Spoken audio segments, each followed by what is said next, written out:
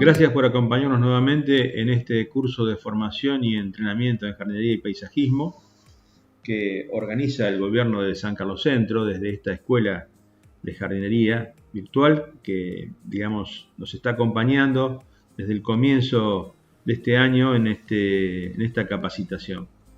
Ustedes han participado de una parte de nuestro curso donde les explicábamos cómo se nombran las plantas y les explicamos la nomenclatura binominal para que ustedes sepan pedir en un vivero específicamente la especie que quieren y no haya errores de transmisión en cuanto a lo que están buscando. Pero también es necesario que conozcan, porque luego hay una faz comercial del manejo de estas plantas que ustedes deben conocer, que conozcan cómo se denominan comercialmente, cómo se piden de acuerdo a su tamaño las distintas plantas. Y ya les adelanto que hay variantes en cuanto a lo que son plantas arbustivas, plantas florales y también árboles, ¿no es cierto? Para eso, en la segunda parte, vamos a ver cómo se denominan estas especies. Pero primero queremos que vean las imágenes de un vivero, este que estamos viendo en pantalla, que gentilmente se ha prestado sus instalaciones el señor Marcos Bouvier, que es el gerente de este vivero, nos ha acompañado además en alguna parte de este curso, ustedes lo van a conocer y lo van a escuchar. La actividad de vivero, y esto es un relato, digamos, real que quiero hacerles, ¿no es cierto? Es una actividad que requiere de mucha mano de obra en cuanto al manejo de toda la colección, de todo el stock que se tiene y la atención al público. Y demanda mano de obra y sobre todo personas jóvenes, ¿no? Estas personas que se incorporan no siempre tienen que saber absolutamente todo, lo van aprendiendo. Y nos ha pasado en esta visita que conversando con algunos de los empleados los había de mayor experiencia y empleados más nuevos que incluso no conocían algunas de las especies que nosotros íbamos a buscar y entre todos teníamos que irles acompañando y explicando, ¿no? Y ese puede ser el caso de alguno de ustedes. Aquí este vivero se ha renovado y ha renovado su personal. Hay muchísimos chicos jóvenes trabajando. Y lo mencionamos como siempre decimos porque este curso también queremos que sea una posibilidad laboral para ustedes, ¿no? Lo que yo quiero que ustedes adviertan en este vivero es cómo se trabaja en el ordenamiento, ¿no es cierto?, de las plantas en un vivero comercial. Acabamos de ingresar, lo que estamos viendo ahora es el sector de acceso donde están puestas, igual que en un supermercado en primer lugar, todas las que son ofertas. Las ofertas pueden ser porque están en plena temporada esa especie o porque se encuentran, digamos, ya en un estado en que tienen que salir o salir, entonces se les hace un descuento o rebaja. Eso depende de la actividad, por supuesto, del vivero. Y se van separando en sectores bien reconocibles. Ustedes están viendo acá cactáceas y crasuláceas. Allí ven al fondo todo lo que es maceta, digamos, cemento, sustratos.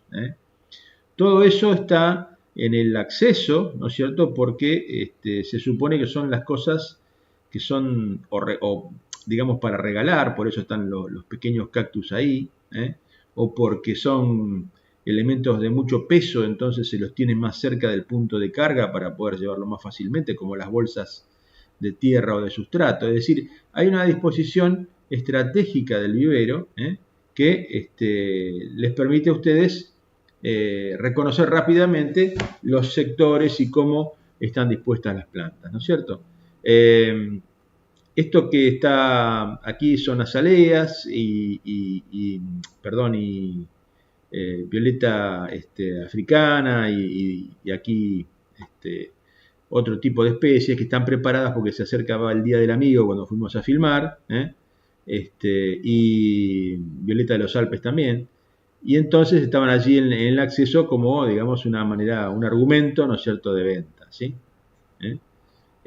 Algunos arbustos que están en pleno auge en este momento, y luego empezamos a ver cómo se va canalizando, digamos, toda esta novedades, ¿no es cierto?, como esta planta, esta musa, que es una planta excepcional y que no siempre está disponible, entonces se la expone particularmente en el acceso para que nadie se lo pierda, ¿no? Como les decía, el sector de macetas, bancos, todo lo que sea árido, todo lo que no tenga vida también está ubicado en un sector que tiene siempre, por supuesto, menos luz, se selecciona ese sector a propósito, y así se puede ir avanzando y continuando en la estructura, ¿no es cierto?, comercial o de venta del vivero.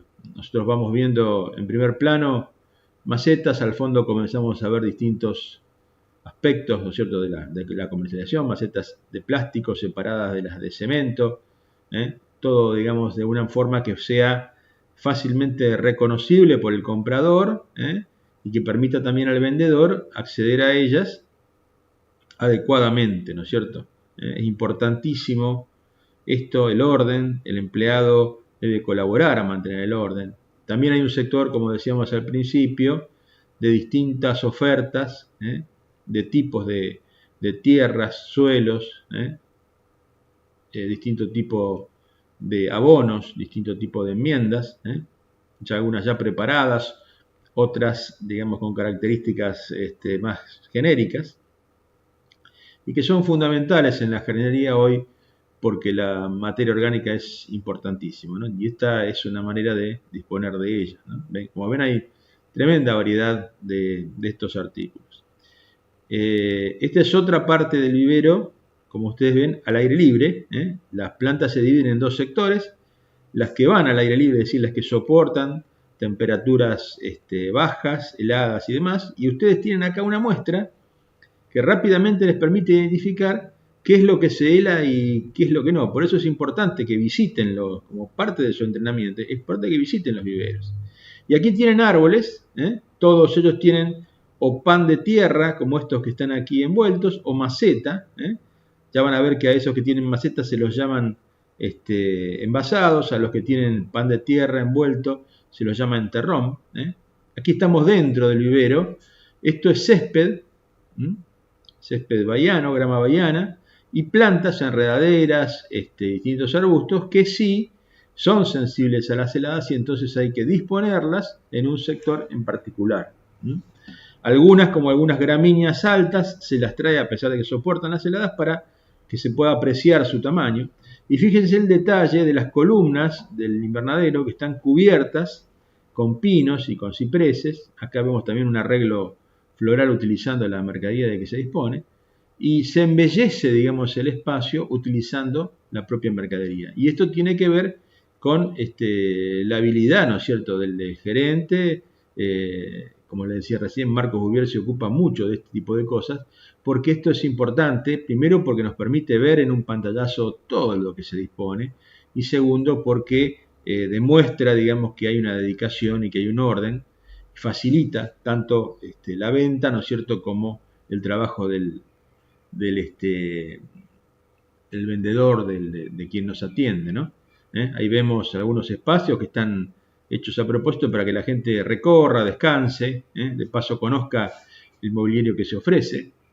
Y así ustedes ven que hay una nave principal donde están todas estas plantas un poco sensibles al frío, que se las quiere mantener lozanas y verdes, todas sobre un manto de geotextil, que se riega. Acá estamos viendo recién en la caseta de la bomba, se riega muchísimo y se mantiene la humedad desde el suelo para que la humedad penetre desde abajo en las macetas, y con un geotextil que impide el arraigo de las raíces, ¿no? Ven que hay varias capas de media sombra para estar preparados también para el verano, y así se van disponiendo en distintos sectores las diferentes especies. Estas, si bien sufren con las temperaturas extremas, soportan en alguna medida una cierta temperatura normal, ¿no es cierto? Ahora vamos a ver otras. Esto es también un sector afuera para plantas intermedias, ven palmeras de gran tamaño, aquellas que son tolerantes, digamos, al frío, están ubicadas en un invernadero externo que tiene solamente media sombra y que es abierto. Así se van colocando organizadamente, de manera que tenemos varios sectores, ¿no es cierto? Un sector de recepción, un sector de externas,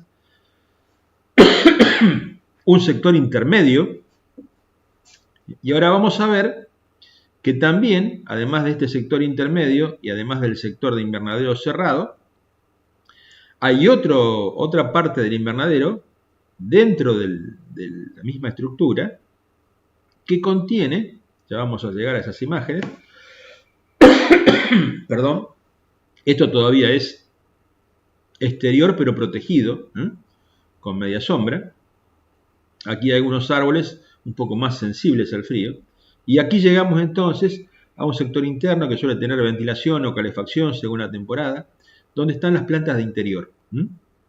Estas requieren otro tipo de iluminación y requieren de un mantenimiento de la temperatura. Este sector está aislado de los demás, está cerrado para que la temperatura no baje y se produzca un verdadero efecto invernadero. Así que recordemos, digamos, esta disposición clásica, digamos, de un vivero comercial, que además de servir a la venta, nos sirve a nosotros, a ustedes como estudiantes, poder recorrerla para reconocer las especies y para saber cuáles son de interior, cuáles de exterior, cuáles se helan, cuáles no, simplemente con una recorrida.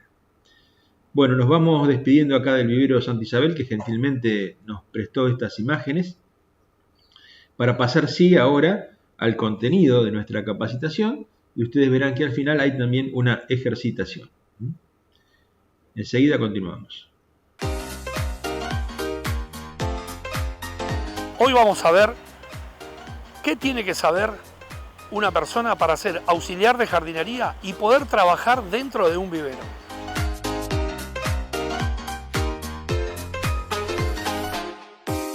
En primer lugar, tenemos que tener en cuenta la buena predisposición al trabajo y tengamos en cuenta que en un vivero las horas pico y los días pico de trabajo son los fines de semana.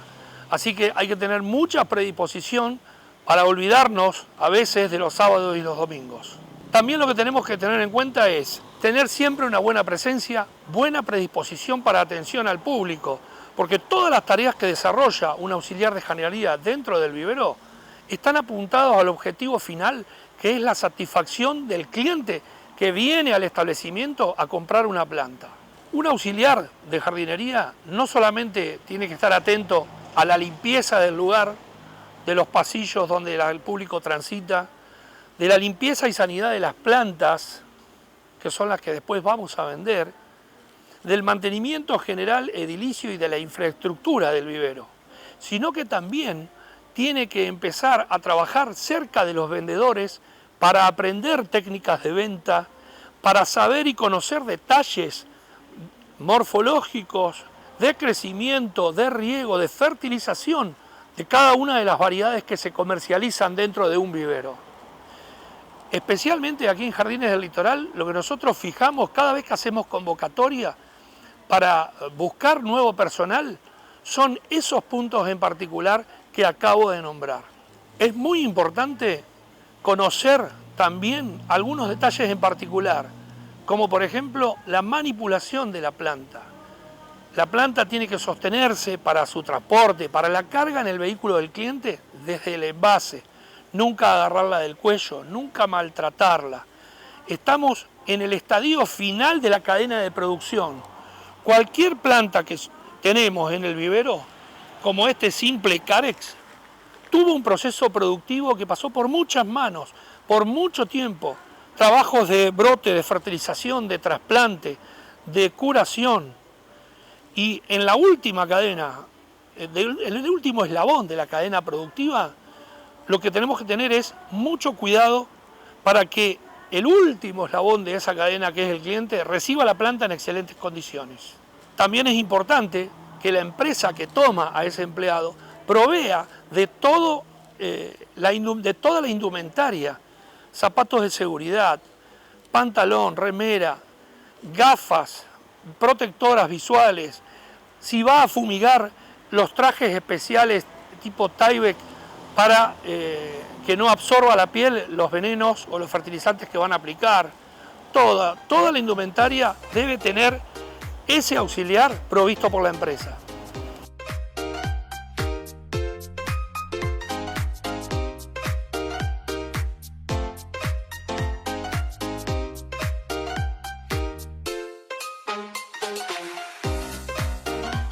un buen auxiliar de jardinería también tiene que tener en cuenta que no solamente va a tratar, manipular plantas de exterior, sino también plantas de interior, que requieren una dosis extra de cuidado y de atención. Lo que estamos viendo, por ejemplo, en este sector son plantas de interior o de galería. Requieren un régimen especial de riego, requieren un régimen especial de fertilización y de curación. Un buen auxiliar de jardinería siempre está atento y cuando no sabe algo, pregunta al personal del vivero que está más capacitado para poder llegar a formarse de manera tal de algún día dejar de ser auxiliar y pasar a ser vendedor y, por qué no, encargado del establecimiento.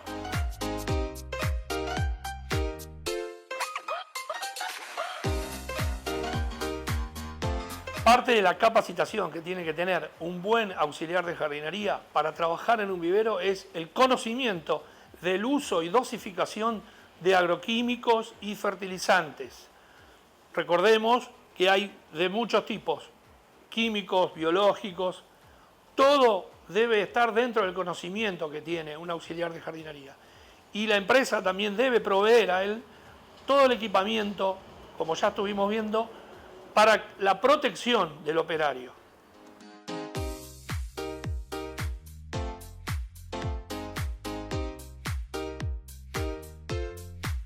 Estamos en un lugar clave donde se desempeña el auxiliar de jardinería, el depósito de herramientas. En este lugar debe primar siempre la limpieza, el orden. Las herramientas, una vez que se utilizan, deben ser limpiadas, porque es la única manera de conservarlas en el tiempo. Ustedes ya estuvieron viendo y pueden ver acá un set de herramientas de las que generalmente usamos, no solamente en el vivero, sino que también algunos viveros como el nuestro tienen servicio de mantenimiento a empresas, a domicilios. Entonces están equipados con un set de herramientas que el auxiliar de jardinería debe saber utilizar porque eventualmente también puede desarrollar trabajos fuera del vivero. Y también sirven para el mantenimiento general del predio. Vamos a hablar de los tamaños, de las nomenclaturas y de las mediciones de los forestales. Un detalle muy importante a tener en cuenta. Lo que yo tengo en cada mano es la misma variedad de planta, lapacho rosado. Fíjense la diferencia. Estamos frente a un lapacho rosado que no tiene más de 1 año y medio en mi mano derecha desde germinación, a un lapacho rosado que seguramente tiene más de 5 años desde germinación. Ahora no podemos describirlo de esa manera. ¿Cuál es el modo universal de medir el tamaño de un árbol? El siguiente. Lo que vamos a hacer es, en primer lugar, tomar el suelo, no el suelo real donde yo tengo apoyado el árbol ahora, tomar el suelo de la maceta, medir 1,30 m. ¿Por qué 1,30 m? Porque es la medida universal que se calcula que está el pecho de un ser humano de altura promedio. Si yo me paro como si fuera el suelo, arriba de este árbol, me va a quedar el pecho a esta altura, 1,30 m. Cuando tenemos el 1,30 m marcado, lo que hacemos es marcar la circunferencia. Tomamos la cinta y medimos. ¿Qué tenemos como resultado? Que este es un lapacho 14/16. Siempre se toman números aproximados para establecer el tamaño de un árbol. Generalmente cuando se elabora un presupuesto o cuando el vendedor nos pide a nosotros, los auxiliares de jardinería, tráeme 5 lapachos 14/16. Nosotros ya tenemos que saber aproximadamente a ojo cuál es el tamaño, lo vamos a adquirir con la experiencia, con el tiempo, pero si no, nunca está de más tener en mano la cinta. Y un árbol de mucha menor edad, como esta, directamente se lo considera como 1,2 o 2,4, o directamente tiene la nomenclatura por el envase. Son lapachos rosados en envases de 2 litros o 3 litros. Cuando el diámetro y la circunferencia del tronco es muy chica, que es prácticamente imposible medir, generalmente se da el envase y la altura. En este caso, 2 litros, 1,70 m más copa. Pero después podemos ver en las diferentes medidas que vamos a tener 6,8, 8,10, 10,12, 14,16 como es este caso. Así aprendimos a medir y a saber la nomenclatura de los árboles. Vamos a ver las diferentes formas en las cuales puede estar presentado un forestal en lo que respecta a su envase o al contenido de su cabellera radicular, de sus raíces. Tenemos, usando el mismo ejemplo del apacho que usamos hoy para medir, tenemos un envase plástico rígido, generalmente viene presentado a partir de los 5 litros en adelante, presenta una densidad mucho mayor a lo que es el otro tipo de envase, que es un envase soplado. Es un nylon más fino, menos resistente, pero a la vez es muy práctico para envases más chicos. También el forestal puede venir en terrón, en dos tipos de presentación. Hasta hace algunos años atrás solamente era con totora, una planta que crece naturalmente en la zanja, que se corta la hoja y se usa para envasar. Ahora se está usando mucho también el film, nylon. Es muy práctico para los arrancadores de campo y en una forma mucho más rápida se logra el envasado del terrón. ¿Qué nos está faltando ver acá? Porque estamos hablando de que todavía no hace frío, lo que es un árbol a raíz desnuda. La mayoría de los árboles que son de hoja caduca, en cierta ventana de pleno invierno, se pueden comercializar a raíz desnuda. Los más comunes son algunos frutales de carozo, los álamos, los sauces, todas las plantas más rústicas y más resistentes pueden ser comercializadas a raíz desnuda. Eso permite abaratamiento de costo, pero tenemos que tener en cuenta que el auxiliar de jardinería, principios de septiembre, ya tiene que empezar a envasar, tanto lo que venga en terrón como lo que venga a raíz desnuda, porque el árbol tiene que estar preparado para el rebrote de primavera sin tener las raíces expuestas. Hablábamos de cómo medir, dimensionar árboles. Eso nos permite hacerlo porque tenemos un tronco al cual medir. Acá tenemos arbustos. Los arbustos, como sabemos, como hemos aprendido, carecen de tronco principal. ¿Cómo hacemos para medir? ¿Cómo hacemos para diferenciar dentro de una misma variedad, como en este caso es la melaleuca, los diferentes tamaños? Es muy sencillo. Por altura aproximada, y principalmente lo vamos a ver en la lista de precios cuando ya estemos trabajando en un vivero, por tamaño de envase. Acá tenemos dos tamaños de envase, pero de un mismo estilo. El nylon soplado, pero en presentación de 3 litros y de 7 litros. La misma planta, diferentes tamaños. ¿Qué nos permite esto? Ofrecerle al cliente una misma función, por ejemplo, hacer un cerco en el patio trasero de su casa, con dos tipos de tamaño diferentes que le permiten dos presupuestos marcadamente diferentes. Uno, en el cual una planta va a ser un poco más cara, pero ya tiene prácticamente un año más de crecimiento, que la otra, que es de menor tamaño y más económica. De esta manera hacemos la medición de lo que son las arbustivas. Un aspecto importante del auxiliar de jardinería es el conocimiento en la manipulación de la planta para cargarla en el coche del cliente. Siempre tenemos que tener en cuenta agarrar la planta del envase. Si agarramos la planta desde el tronco mismo, podemos generar rotura de las raicillas por el contrapeso que hace el terrón de la planta y podemos arriesgar la estabilidad y la vida misma de la planta. Puede darse el caso de que en un mismo vehículo tengamos que cargar plantas más rústicas y más delicadas. Entonces vamos a ver un breve ejemplo de cómo hacemos para cargar estos dos tipos de plantas.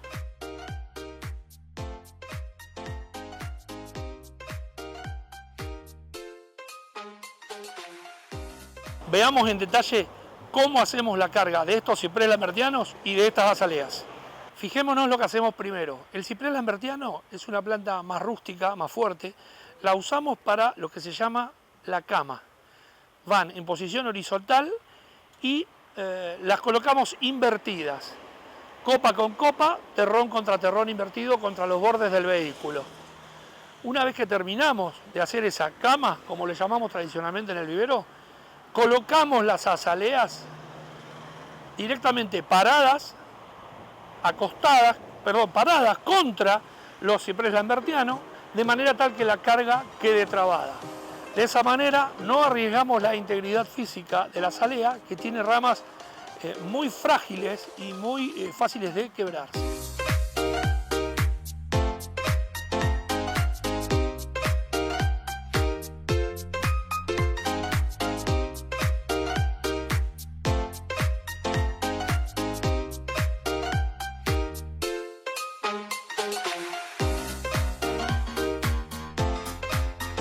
Bueno, excelentes las explicaciones de Marcos acerca de los diámetros y de cómo reconocer los diámetros y alturas, ¿no es cierto?, de los árboles. Creo que es importante que ustedes conozcan también la forma en que se dan esas indicaciones en los presupuestos, de qué forma leer los presupuestos. Se utilizan símbolos, ¿no es cierto?, para acortar, para abreviar, para poner altura, para indicar circunferencia, ¿no es cierto? Y al respecto de el tema altura, ya lo vemos, la nomenclatura también las vemos en un minutito, pero siempre hay una confusión con respecto al concepto de diámetro y de circunferencia, ¿no? Que no es una confusión matemática, sino que a veces por el uso de los signos hay una confusión en las listas de precios que en algunos casos, incluso a sugerencia nuestra, se han ido corrigiendo y en otros casos va a ser muy útil la intervención de ustedes, ¿no? Ahora le vamos a mostrar, seguido de esto, algunas imágenes donde vamos a poner unos circulitos que, digamos, el circulito rojo, digamos, es error o tachado, lo vamos a poner para que ustedes vean, que en alguna lista de precios, lo que es en realidad, como explicó Marcos ayer, la circunferencia de un árbol, se indica con este signo. Y este signo es el signo de diámetro. El signo de circunferencia sería este. ¿Qué pasa? Que, por ejemplo, ustedes tienen una indicación donde les quieren decir circunferencia de un árbol, y le ponen 4 o 6, se entiende que estos son centímetros, ¿sí? Pero resulta que la fórmula de la circunferencia es pi por radio al cuadrado. Es decir, 3,14 por, si tomamos el radio, el diámetro menor, es 4, el radio sería 2, 2 al cuadrado es 4, ¿sí? Así que ustedes tendrían una circunferencia de 12 centímetros. Cuando en realidad lo que está queriendo indicar el vivero es que la circunferencia es de 4 a 6 centímetros. Si ustedes se toman el trabajo de tomar un centímetro o una cinta métrica y formar una circunferencia de 12 centímetros, se van a dar cuenta que esa circunferencia es de un grosor muy considerable y muy diferente a lo que se quiere expresar, ¿no es cierto? Así que recordemos siempre que la indicación correcta para la circunferencia es esta, el círculo lleno, igual 6 centímetros, ¿sí? Bueno, y luego lo otro que necesitamos que ustedes visualicen, que tengan claro, ¿no es cierto?, son el resto de las indicaciones. ¿Cómo se describen, digamos, los envases o la manera en que están las raíces de un árbol o un arbusto, ¿no es cierto? Se utiliza este símbolo, E, esta letra E, es igual a envase. Y se utilizan los litros como referencia, digamos, al volumen del cepellón o de la raíz que está contenido en esa maceta. Así que ustedes van a tener plantas envasadas en macetas de 1 litro, de 4 litros, etcétera, etcétera, etcétera, sea cual sea la conformación, ¿no es cierto?, de esa maceta. Por debajo de eso, en lo que son plantines de flores, hay una maceta, la M se utiliza para maceta, reitero, para flores, número 1, la más pequeña, la de cultivo, la que le siguen en tamaño es número 2, y las otras dos que son muy comunes son las número 12 y o 14, que hace referencia a una maceta ya más rígida, más conformada, donde suelen venir, por ejemplo, las gazañas y los tamaños más chicos de las plantas arbustivas, por ejemplo lavandas, ¿no es cierto? Después de esta maceta número 12 o número 14 pasan a los tamaños de envase. La otra indicación que puede aparecer es esta, RD o R/D, eso significa raíz desnuda, es para los árboles que son de hoja caduca y que se pueden transportar y comercializar con las raíces sin tierra, eso es raíz desnuda. También está la posibilidad de que ustedes encuentren la indicación E, que es igual a envasado, también la misma letra que señalábamos recién, y en referencia, ¿no es cierto?, al envase de los árboles, de las palmeras, o sea, la maceta que los contiene. Es decir, las raíces tienen la tierra y la tierra está revestida con una maceta. Y si no, la otra indicación que suele venir es la letra T. T igual, y nos dice, esto significa terrón, lo que explicamos ayer. El cepellón rodeado de un envoltorio de un film de nylon o de totora, que es esta planta que se utilizaba tradicionalmente para envolverlo. A veces se coloca la expresión E por envase o envasado y al lado, nuevamente, igual que en las arbustivas, se coloca la característica o volumen, ¿no es cierto?, de la maceta. No es raro encontrar envases de 50 litros, que son el caso de palmeras ya adultas de grandes trasplantes, ¿no es cierto? Puede haber incluso envases de más cantidad de litros que eso, ¿sí? También a veces en el terrón se da una indicación de su tamaño, haciendo referencia a el volumen utilizando la expresión litros. En el caso de los árboles se indica también la altura. Para la altura se utiliza la letra H, que es común, digamos, en geometría o en ingeniería, para significar la altura de la planta, bien explicado por Marcos de dónde se mide. Acá lo importante es tener cuidado, ¿no es cierto?, porque a veces esto se expresa en metros,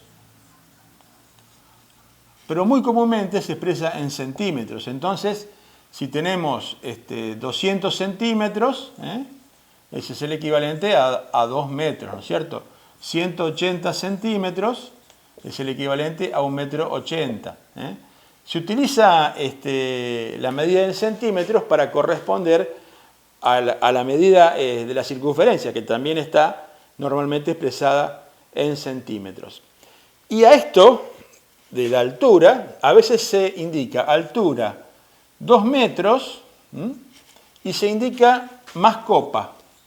Es decir, que ya es una planta formada, que tiene una poda de formación y está mejor preparada que una planta que se puede presentar como altura igual 200 centímetros y dice algo así como varillón. Es decir, es una planta que se ha seleccionado por su calidad, su calibre, su tamaño y su altura, pero no tiene la copa formada. Y eso significa en una forestación, ¿no es cierto?, una tarea más, que es la tarea de formación de copa para quien la planta, y una demora más para tener la planta en condiciones, ¿no? Por eso también hace variar el precio. Así que a continuación de este video les vamos a mostrar algunas listas de precios. No ponemos los precios, no importa eso, pero sí van a ver ustedes la nomenclatura, y cuando ustedes van a comprar o a preparar un presupuesto, tienen que estar en conocimiento de esta forma de solicitar las plantas para que puedan comparar entre distintos viveros y distintos precios y calidades.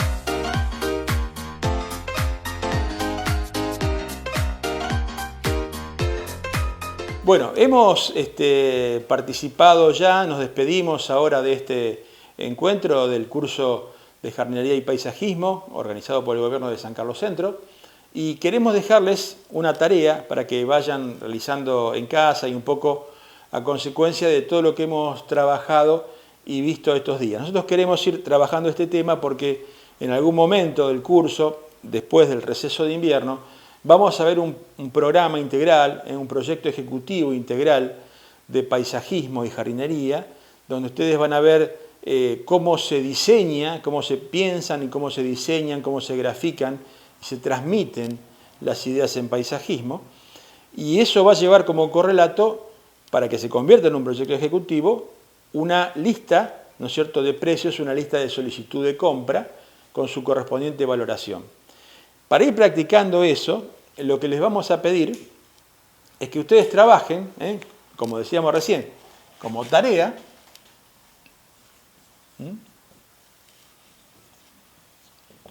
que consulten en algún vivero cercano. Lo pueden hacer también a través de internet, de Mercado Libre. Pueden buscar algunas listas de referencias de precios, ¿no es cierto? El Ministerio de Agricultura de la provincia de Santa Fe, el vivero provincial, publica en la página oficial del gobierno una lista de plantas, de ahí pueden tomar los valores. A nosotros lo que nos interesa es que ustedes generen una tabla, si les gusta en Excel, si les gusta en Word, como ustedes quieran, y nos indiquen la compra de 5 especies, la supuesta compra de 5 especies de árboles y de 5 especies de arbustos. No importa acá el diseño, lo que yo les pido que ustedes nos indiquen en esto es los componentes, digamos, de la característica que hemos visto recién, que son de qué manera bien dispuestos, si están envasados,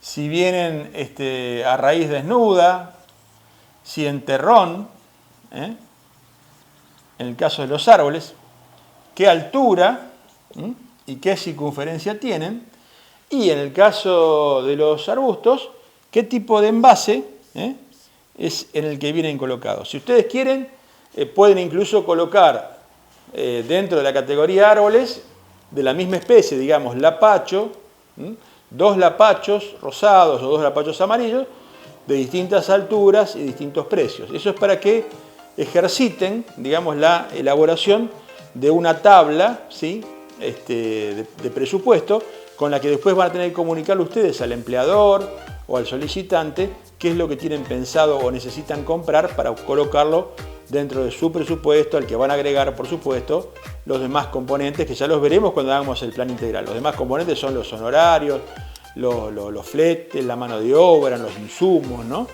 Pero entonces, reitero, una tabla de doble entrada, en Excel, en Word, conteniendo esta información e indicando estos parámetros que hemos transmitido a través de la charla de Marcos y la explicación que por allí en el transcurso de la jornada insertamos.